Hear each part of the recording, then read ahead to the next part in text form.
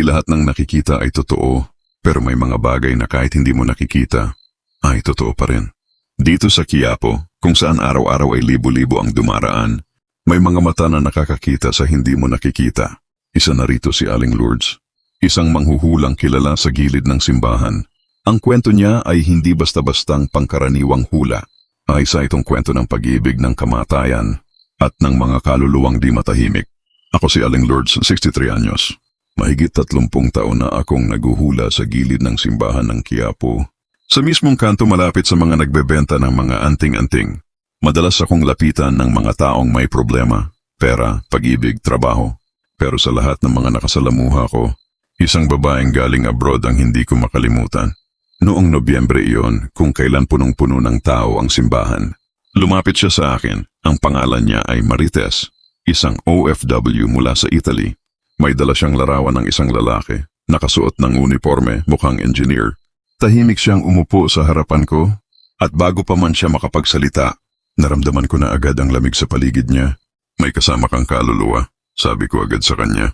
Napatingin siya sa akin, nanlaki ang mga mata. Hindi siya agad nagsalita, pero kitang-kita ko ang takot at pagkalito sa mukha niya. Dahan-dahan siyang lumapit, at sa mahina niyang boses sinabi niyang, gusto ko lang po makausap ang asawa ko. Patay na po siya. Na-aksidente sa site sa Saudi, tumulo ang luha niya. Hindi ko man siya kilala, pero naramdaman ko agad ang bigat ng dala niya. Hindi ito basta hiling ng pag-ibig o swerte sa buhay. Isa itong hiling na matahimik ang puso ng isang naiwan at baka rin ng isang kaluluwang hindi makatawid. At doon nagsimula ang di ko malilimutang karanasan. Hindi ko inaasahang sa likod ng hiling niyang iyon ay may mas malalim pa palang lihim. Isa palang mensahe ang gusto iparating ng kanyang asawa. At sa bawat hula, unti-unting lumalabas ang katotohanan. Pati ang hindi niya inaasahang sikreto ng kanilang pagsasama. Maraming manghuhula sa Quiapo, pero iba si Aling Lourdes. Dahil hindi lang siya nakakabasa ng palad, baraha, o pangalan, nakakakita rin siya ng kaluluwang naiipit sa pagitan ng mundo ng mga buhay at patay. Sa araw na iyon, may dinalang larawan si Marites, at doon nagsimulang lumamig ang hangin kahit tirik na tirik ang araw. Kwento ni Aling Lourdes, tinanggap ko ang larawan mula kay Marites. Lalaki nga ito, may uniforme ng isang engineer, naka-helmet pa. Bago pa man ako makapagbasa, naramdaman ko na agad ang pamilyar na panlalamig sa paligid. Isa itong klaseng lamig na hindi galing sa hangin, kundi sa kaluluwa. Kilala ko siya, sabi ng tinig sa isip ko. Madalas ganon kapag malapit lang ang kaluluwa. Hindi ko sila naririnig gaya ng boses, pero naiisip ko ang nais nilang sabihin. Parang bulong na dumadaan sa utak ko. Huminga ako ng malalim. Anong gusto mong itanong? Tanong ko kay Marites. Nagpigil siya ng luha at saka bulong. Gusto ko lang malaman kung naiparating ko sa kanya yung huling tawag ko. Hindi siya sumagot eh. Pagkatapos nun, aksidente na raw. Hindi ko man lang siya nakausap. Tiningnan kong muli ang larawan. May aninong dumaan sa gilid ko, isang pamilyar na hugis. Ang kaluluwa ng lalaki ay naroon. Nakatayo sa likod ni Marites parang may gustong sabihin pero hindi makalapit. Pinikit ko ang mata ko at binalasa ang mga baraha. At tinig ni Aling Lourdes habang nagbabalasa. Hawak niya ang cellphone. Hindi niya nakuha ang tawag mo. May humila sa kanya, nahulog siya. Pero may nais siyang sabihin. Marites, hindi pa siya umaalis. Hindi pa siya payapa. Napasigaw si Marites ng mahina. Bakit? Anong hinihintay niya? Hinawakan ko ang larawan.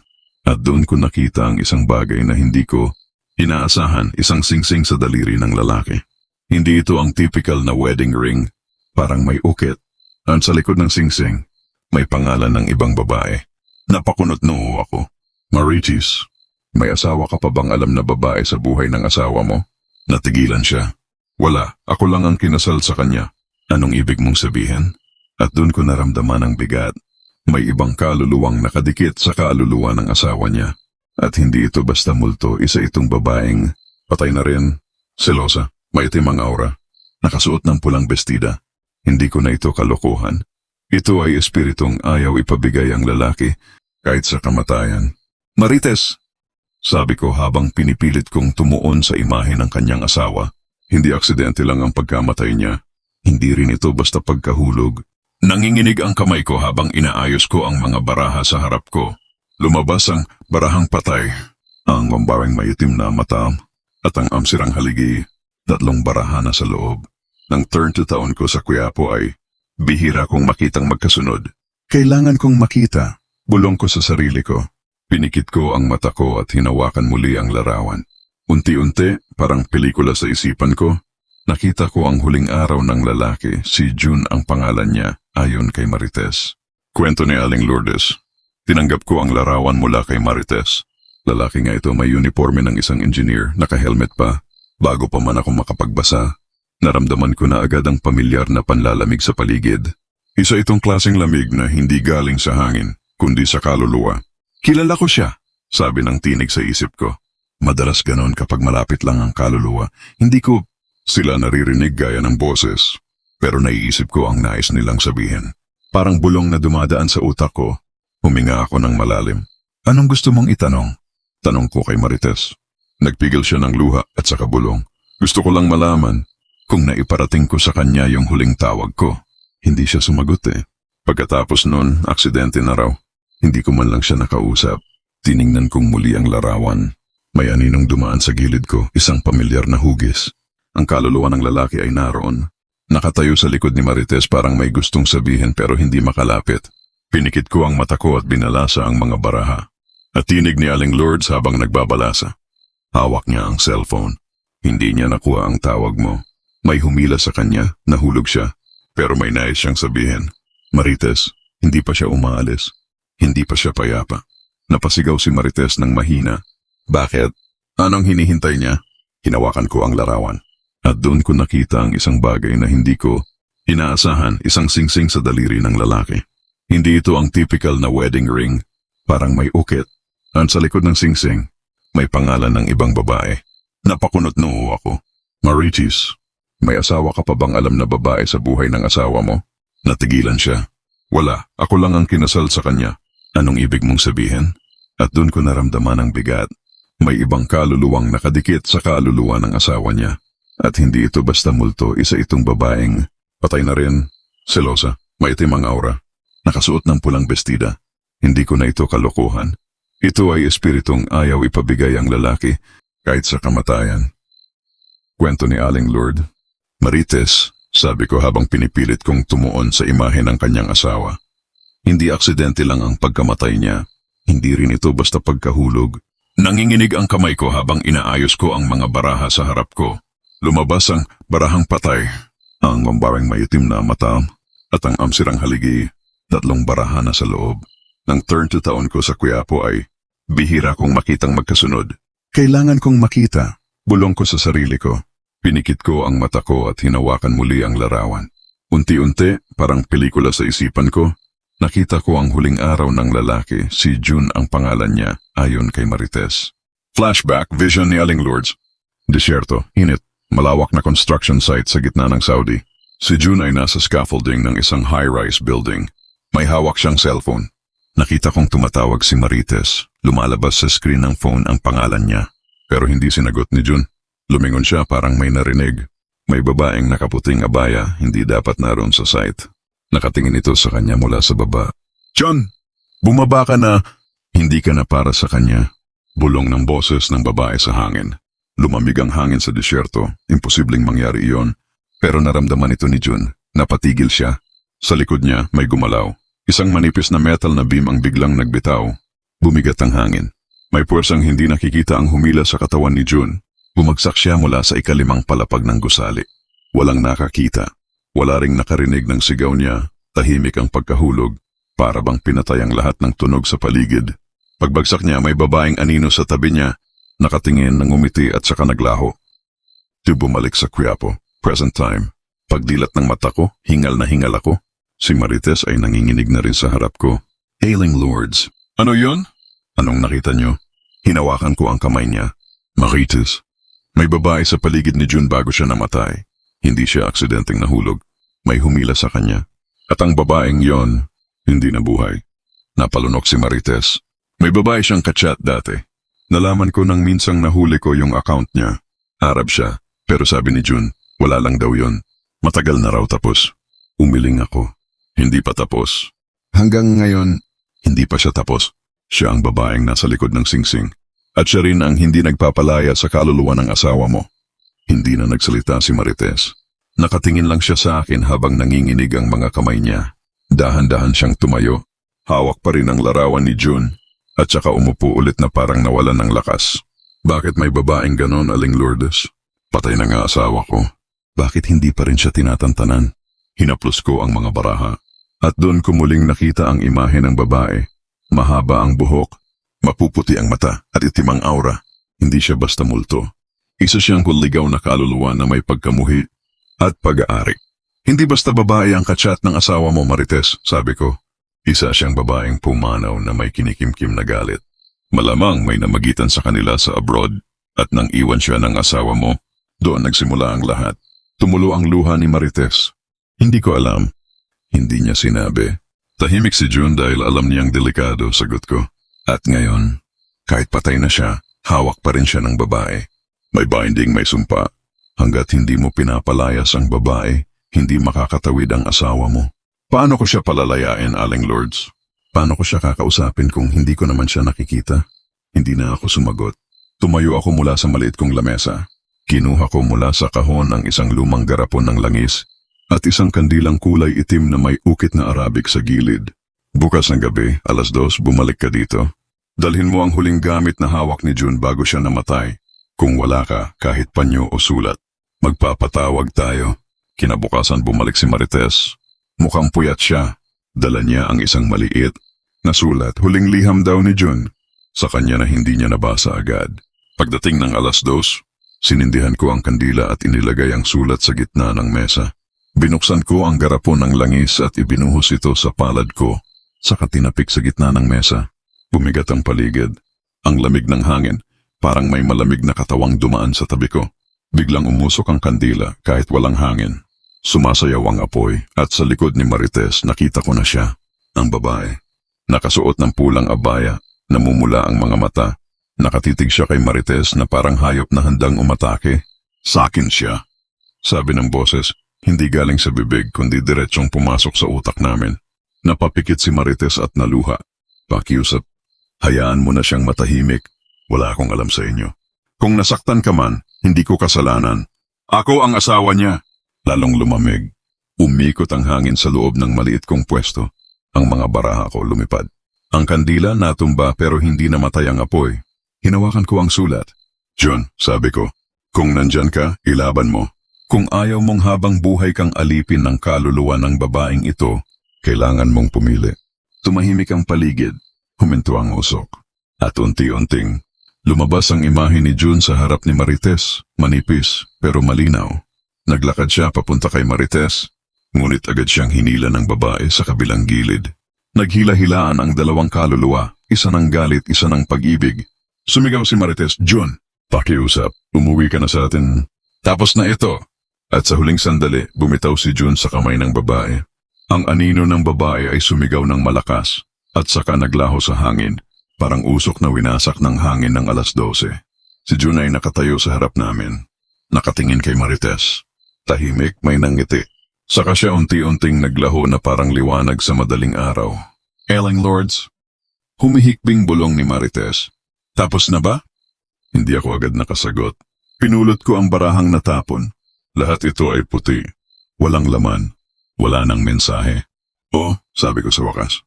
Tapos na ang paghawak sa kanya. Nakalakad na si June.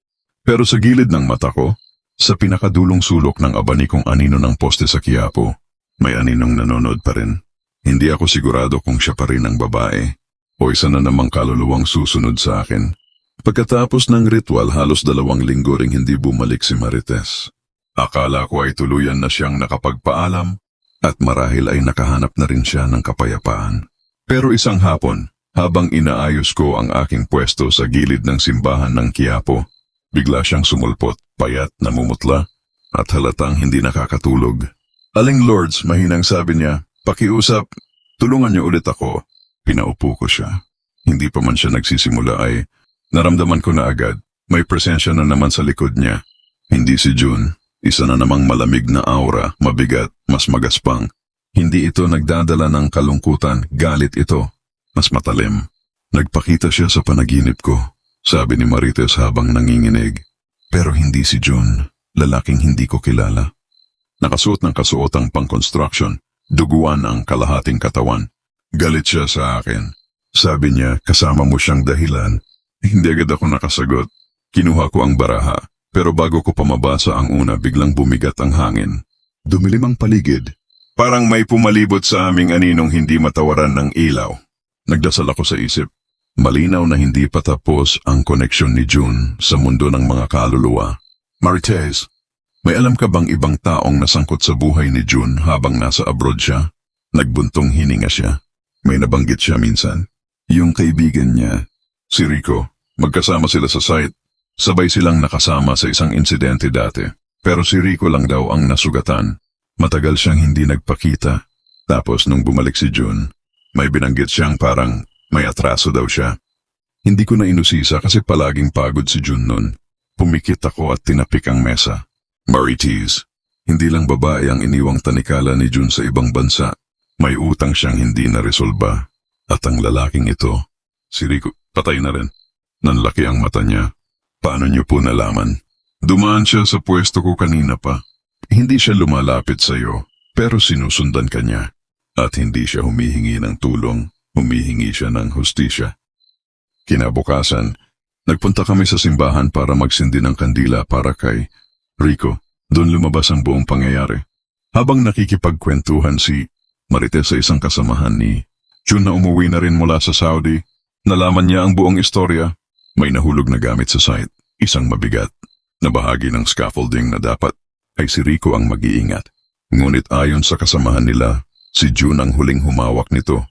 Nadulas si Rico at nahulog mula sa ikatlong palapag. Hindi siya agad namatay, pero lumala ang kondisyon hanggang sa hindi na siya nakabalik sa trabaho. Ilang buwan matapos ang aksidente, namatay si Rico sa ospital. Hindi raw sinasadya ni June, pero hindi rin siya humarap sa pamilya ni Rico. Tahimik lang siya, kwento ng kaibigan. Kaya nga laging tahimik si June nun eh. Alam kong may bigat siyang dala. Pagbalik namin ni Marites sa Quiapo, tahimik lang siya. Hindi lang asawa ko ang bitbit ko pala, Aling Lourdes. Kasalanan din ng asawa ko. At ako, sa totoo lang, kahit hindi ko kasalanan, ako ang naiwan. Tumango ako. At ikaw rin ang may hawak ngayon ng kaluluwa ng mga naiwan niya. Kaya't kung gusto mong matapos ito, kailangan mong gawin ang hindi niya nagawa. Anong gagawin ko? Tatawagan natin ang pamilya ni Rico. Sasabihin mo ang totoo. Humingi ka ng tawad. Magsindi ka ng kandila para sa kanya sa mismong bahay nila. Hindi dito sa simbahan, kundi sa kanila. Sa lugar kung saan siya huling inalala. Sa pag-ako ng kasalanan ng mahal mo, mapapalaya mo ang isa pang kaluluwa. 2 araw matapos naming malaman ang buong kwento ni Rico, sinimulan na ni Marites ang paghanap sa pamilya nito. Sa tulong ng isang dati nilang kapitbahay, nalaman naming taga Bulacan pala ito, isang maliit na barangay sa San Ildefonso. Maagang gumayak si Marites. Kasama ako, bitbit ang kandilang itim, ang garapon ng langis, at ang larawan ni June. Walang maraming salita sa biyahe. Tahimik kaming dalawa. Ramdam ko ang kabang bumabalot kay Marites, at ang malamig na presensyang sumusunod pa rin sa kanya. Pagsapit namin sa barangay, sinalubong kami ng matandang babae sa labas ng isang lumang bahay na yari sa kahoy. Siya po ba ang ina ni Rico? Tanong ni Marites. Opo, ako si Aling Biring, mahinahong sagot ng babae. Mapungay ang mga mata nito at sa likod ng payapang anyo, kita ang matagal ng sugat ng pagkalugi sa anak. Nagpakilala si Marites. Sa umpisa'y hindi siya agad tinanggap. Pero nang ilabas niya ang larawan ni June, natigilan si Aling Biring. Tahimik ito ng ilang minuto. Bakit mo dinala sa akin yan? Tanong ng matanda. Anak ko ang nawala dahil sa kanya. Hindi man lang siya nagpakita. Isang sulat, isang tawag, wala. Yun po ang dahilan kung bakit ako nandito. Sagot ni Marites, nanginginig ang boses. Hindi ako si June, pero ako ang naiwan. Ako ang asawa niya. At bitbit ko ang mga kasalanang hindi niya hinarap. Hinugot ko ang itim na kandila at inilagay sa harap ni Aling Biring. Kung papayag kayo, dito natin sisindihan ang kandila. Para kay Rico, para sa kapatawaran, hindi lang para kay June, kundi para sa ating lahat. Tahimik. Mahaba ang katahimikan. Umupo si Aling Biring. Tumango siya. Sige, pero gusto ko ng totoo. Gusto kong malaman kung anong nangyari talaga. Sa harap ng lumang altar ng kanilang bahay, sinindihan namin ang kandila. Pinikit ko ang mata ko. Muli kong hinaplos ang langis sa palad at pinatulo ito sa kandila. Biglang bumigat ang paligid. Umihip ang hangin sa loob ng bahay kahit sarado ang lahat ng bintana. At naroon siya, sa may pintuan, sa ilalim ng anino ng haligi. Nakita namin si Rico. Walang dugo sa katawan. Payapa ang muka. Pero ang tingin, matalim, galit. Hindi sa ina niya, kundi kay Marites. Hindi ko siya pinatay. Mahinang sabi ni Marites habang umiiyak. Pero kasalanan kong hindi ko siya hinila palabas sa dilim. Kasalanan ko na pinili kong manahimik. Habang ikaw ay nawala nang hindi mo man lang narinig ang paumanhin. Napaluhod si Marites. Patawad, mahinang sabi niya. Pakiusap kung naririnig mo ko. Palayain mo na rin kami. Tahimik si Rico. Sa isang iglap lumapit siya sa ina niya. Tumango sa katumingin muli kay Marites. May luha sa mata ni Aling Biring. Pero ngumiti siya habang binabanggit. Ito ang anak kong minahal ng marami, pero nawala sa katahimikan. Maraming salamat at nagbalik kayo para magsabi ng totoo. Hindi madaling tanggapin pero makakagaan. Sa pagdapo ng huling patak ng kandila, pumikit si Rico. Naglaho siya sa liwanag. Pagsakay namin sa tricycle pabalik sa terminal, nakahawak lang si Marites sa puso niya. Tahimik, pero iba na ang aura sa paligid niya. Wala nang presensya sa likod niya. Wala nang bigat sa mga anino. Ngunit habang palayo kami sa barangay, napalingon ako sa salamin ng tricycle. May isang figura sa gitna ng kalsada. Babaeng nakaputi, nakatalikod. Hindi si Rico, hindi si Jun, ibang kaluluwa. Pagbalik namin ng Maynila, akala ni Marites ay tapos na ang lahat. Gabi na nang ihatid ko siya sa tinitirhan, niyang apartment sa Tondo. Tahimik ang paligid, ngunit may kung anong hindi matahimik sa hangin. Salamat, Aling Lourdes, mahina niyang sabi habang binubuksan ang gate. Pakiramdam ko, mas magaan na. Tumango ako, pero sa loob-loob ko alam kong may naiwan. May presensya pa ring sumusunod, mas tahimik, mas mapanood at higit sa lahat, mas malalim ang ugat. Kinabukasan bumalik si Marites sa Quiapo. Hindi para magpahula, kundi dahil binabangungot na naman siya. Pero hindi na si June. Hindi na rin si Rico nga niya. Ibang babae, nakaputi, laging nakatalikod. Pero sa panaginip ko, nakatayo siya sa labas ng apartment ko. Hindi siya gumagalaw. Hindi siya nagsasalita, pero ramdam kong galit siya. Agad akong nagtulos ng kandila. Habang umiikot ang apoy, nilatag ko ang baraha at sa unang hila ko palang natigilan ako. Walang mukha ang imaheng lumabas. Puti-blanco pero may luha. Marites, may hindi ka pa sinasabi. Nanginginig siya. Wala akong maisip. Wala akong ginawang masama sa iba. Pero, teka, napahinto siya. Napalunok at biglang nanlaki ang mata niya. Aling Lourdes. Nung bagong kasal pa lang kami ni June, isang beses siyang umuwi galing Batangas. Galing daw sa burol. Burol ng kaibigan niya babae. Pero hindi siya nagsalita kung sino. Galit siya nung gabi na yon. Wala akong narinig kundi hindi ko kasalanan. Tinanong ko. Pero hindi siya nagsalita. May posibilidad na siya ang multong sumusunod sa iyo ngayon. Bakit ako? Bakit hindi si June? Dahil ikaw ang naiwan. Ikaw ang koneksyon niyan ngayon sa mundo. Nagsimula kaming magtanong-tanong hanggang sa isang lumang kaibigan ni June ang nagsabi ng pangalan, Rosalie. Dati raw nitong kaibigan at malapit sa kanya bago pa nag-abroad si June. May nangyari daw sa kanila, kwento ng kaibigan, pero natapos agad. Tapos nalaman na lang namin na buntis si Rosalie. Hindi na siya kinausap ni June, hindi kinilala ang bata. At pagkaraan ng ilang buwan, nalunod si Rosalie sa ilog sa San Juan. Linggo ng umaga. Tahimik ang paligid ng Quiapo.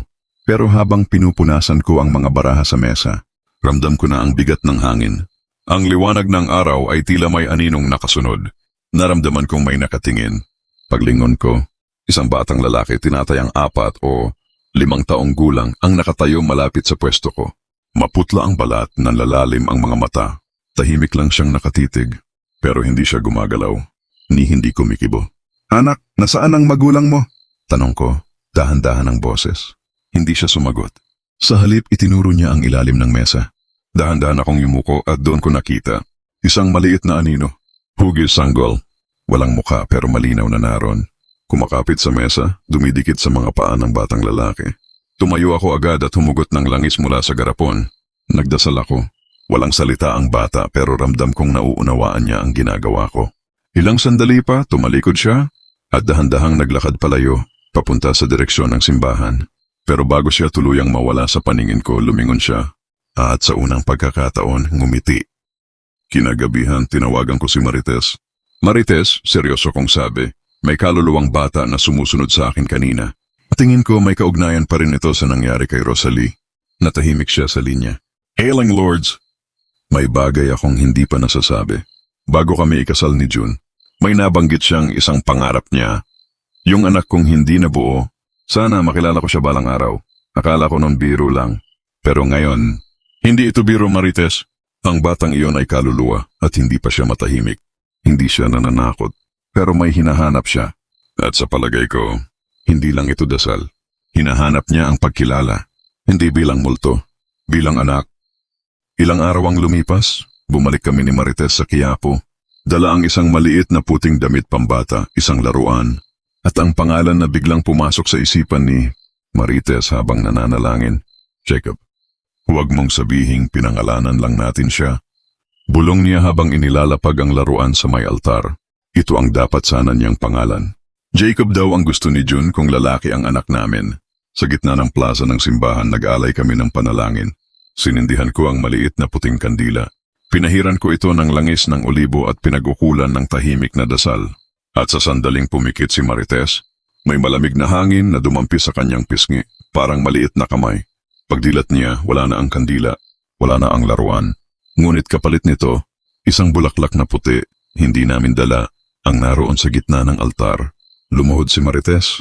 Jacob, kung nandyan ka, patawad kung hindi kita nakilala. Pero ngayon, binibigyan kita ng pangalan, ng dasal at ng lugar sa puso ko. Sa gabing yon, sa unang pagkakataon sa matagal na panahon, napanaginipan ni Marites si June. Nakangiti, may hawak na batang lalaki. At mula sa malayo, naroon din si Rosalie. Hindi na umiiyak, tahimik, payapa. Palapit na ang undas at ramdam ni Marites ang bigat ng gabi. Hindi tulad ng dati, hindi lang mga kaluluwa. Ni June ang sumusunod sa kanya, may iba pang aninong dumarampi sa kanyang mga hakbang.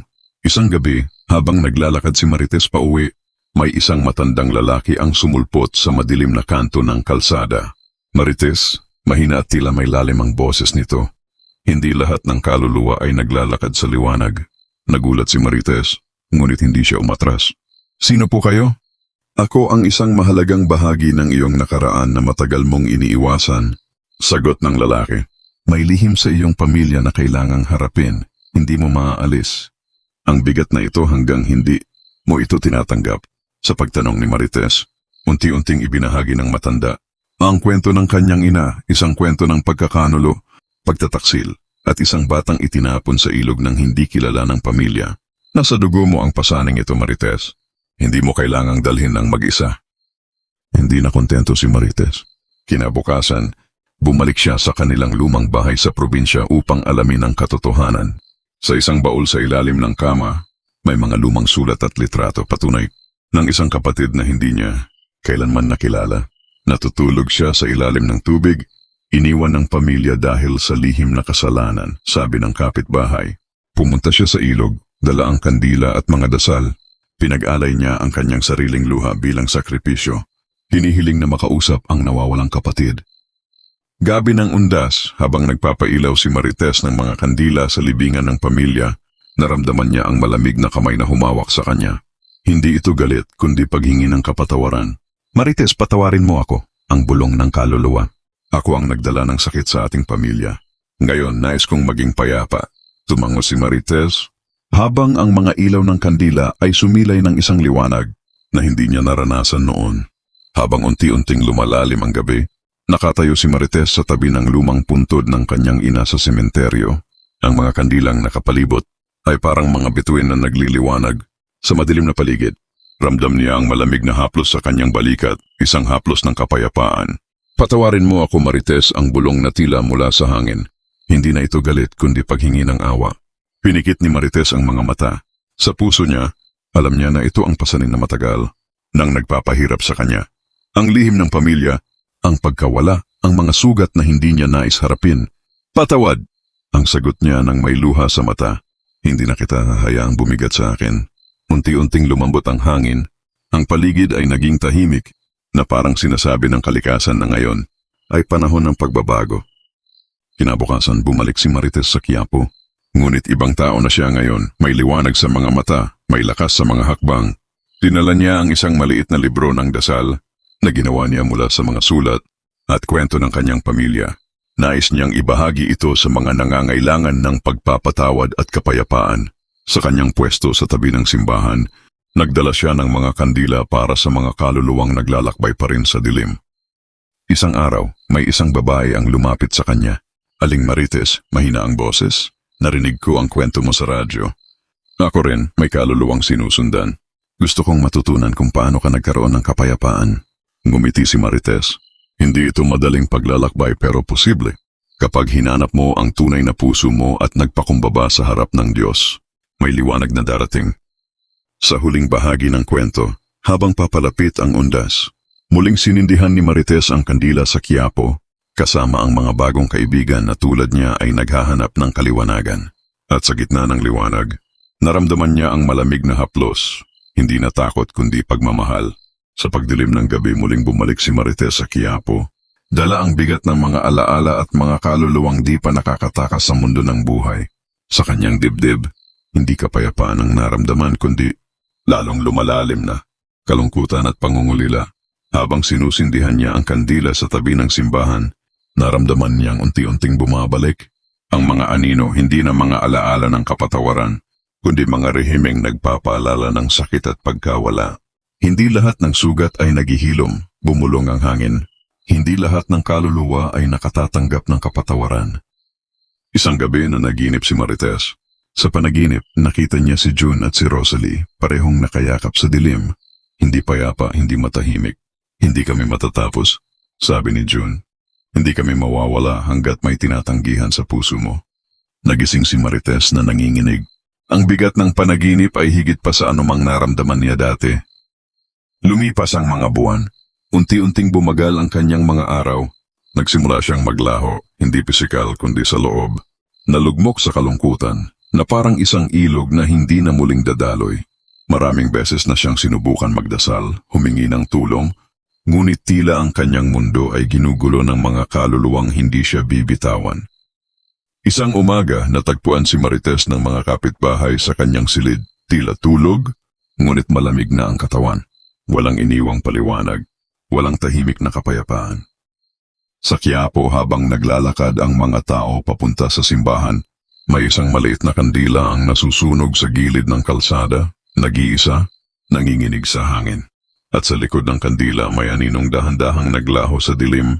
Maraming salamat po Sir Frey sa pagbabahagi ng aking kwento. Isa po akong masugid na tagapakinig ng inyong YouTube channel at nang makita ko ito, agad-agad akong nagsulat ng aking karanasan upang maipadala sa inyo at maibahagi sa inyong mga listeners. Ang kwento kong ito ay totoo, galing sa puso, at sana'y may natutunan ang bawat nakinig tungkol sa pagmamahal, kapatawaran at sa bigat ng mga kaluluwang di matahimik. Muli ako po si Lourdes.